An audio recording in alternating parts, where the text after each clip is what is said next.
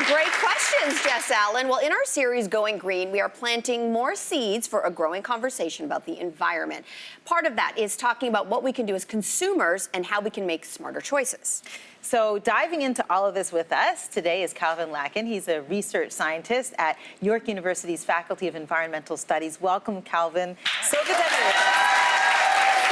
Fill us in here. What is the final word on straws? Because they are such a hot button issue. Sure. So I think plastic straws personify the single-use plastics issue for a lot of people.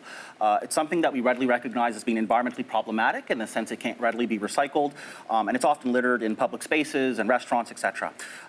Also, it lets people think about the environmental impact of their packaging for the first time. It allows them to pursue perhaps more sustainable alternatives like the paper straw, bioplastics, or the reusable straw. It's also really important to note that we don't want to demonize the straw altogether. There are vulnerable groups such as the elderly or disabled that rely on straws. But ultimately, if you don't need it, don't use it. Okay.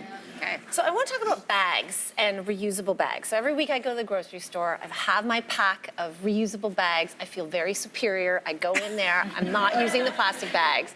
But here's the thing, 15 billion plastic bags are produced in Canada every year, and those cotton reusable bags, they say that you have to use them hundreds, if not thousands of times to make them like worth it. Yeah. What are your thoughts? So it's actually a surprisingly complicated issue.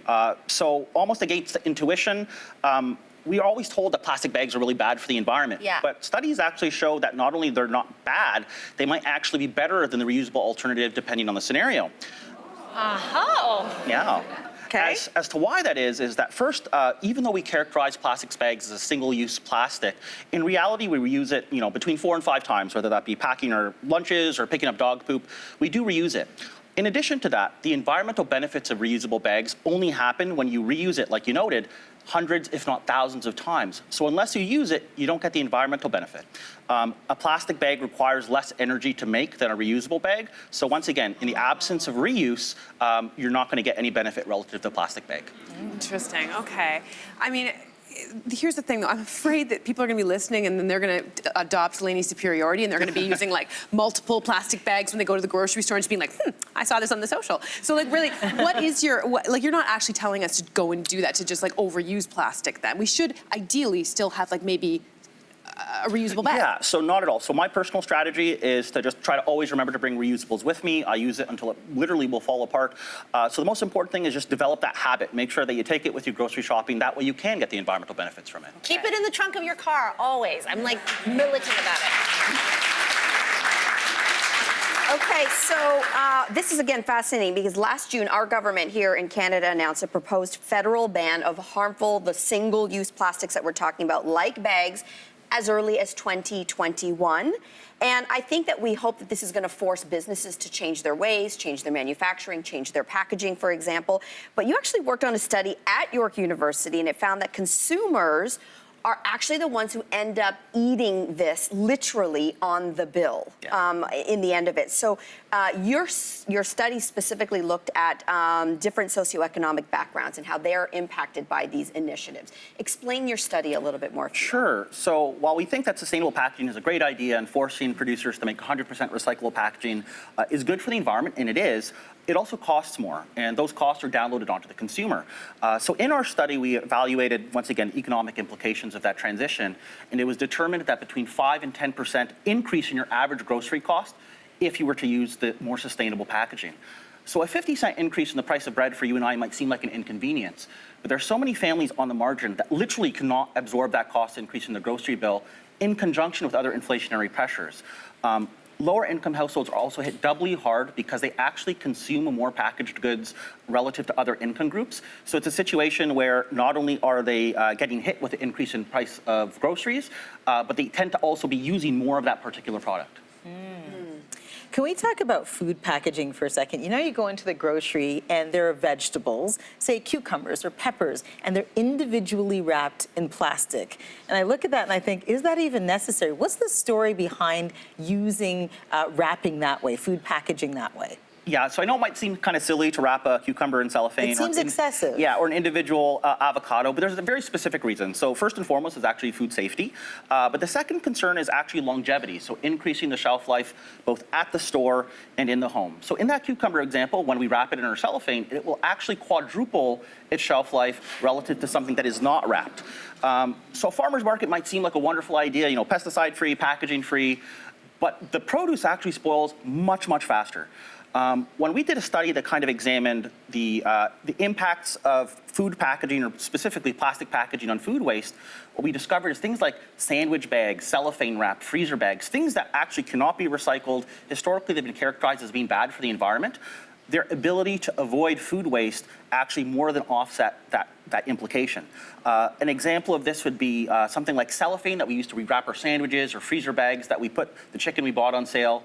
It not only avoids the food waste from avoided food spoilage, but it negates the need to go out and buy more food. And so the energy that you save on that end more than offsets the inability to recycle it. Wow. Let's go back to the point that you were making about lower income families and marginalized communities, because the fact is that being a sustainable consumer is not necessarily a democratic activity. It's harder for some people to do that, right? Can you elaborate? Sure. So I like to characterize the issue as environmentalism for the affluent. In many ways, being a green eco-citizen or a good sustainable citizen is a function of economics, and lower income and marginalized families simply just don't have the opportunity to participate. So to give you like a bit of an anecdote, so I grew up in a single family household in the Greater Toronto area, which means that a garbage truck or recycling truck came by every single week to pick up my garbage. It was out of sight, out of mind. Very easy to do. However, when compared to multi-residential buildings, they often have no recycling programs whatsoever, particularly in the lower income buildings.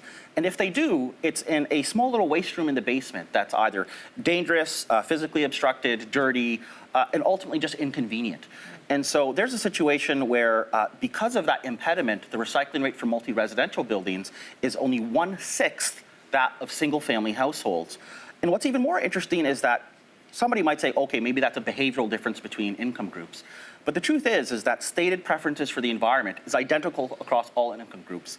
Lower income families care just as much as higher income families, but they face that barrier to participation. They want to do the right thing, they just can't. Your research also shows, And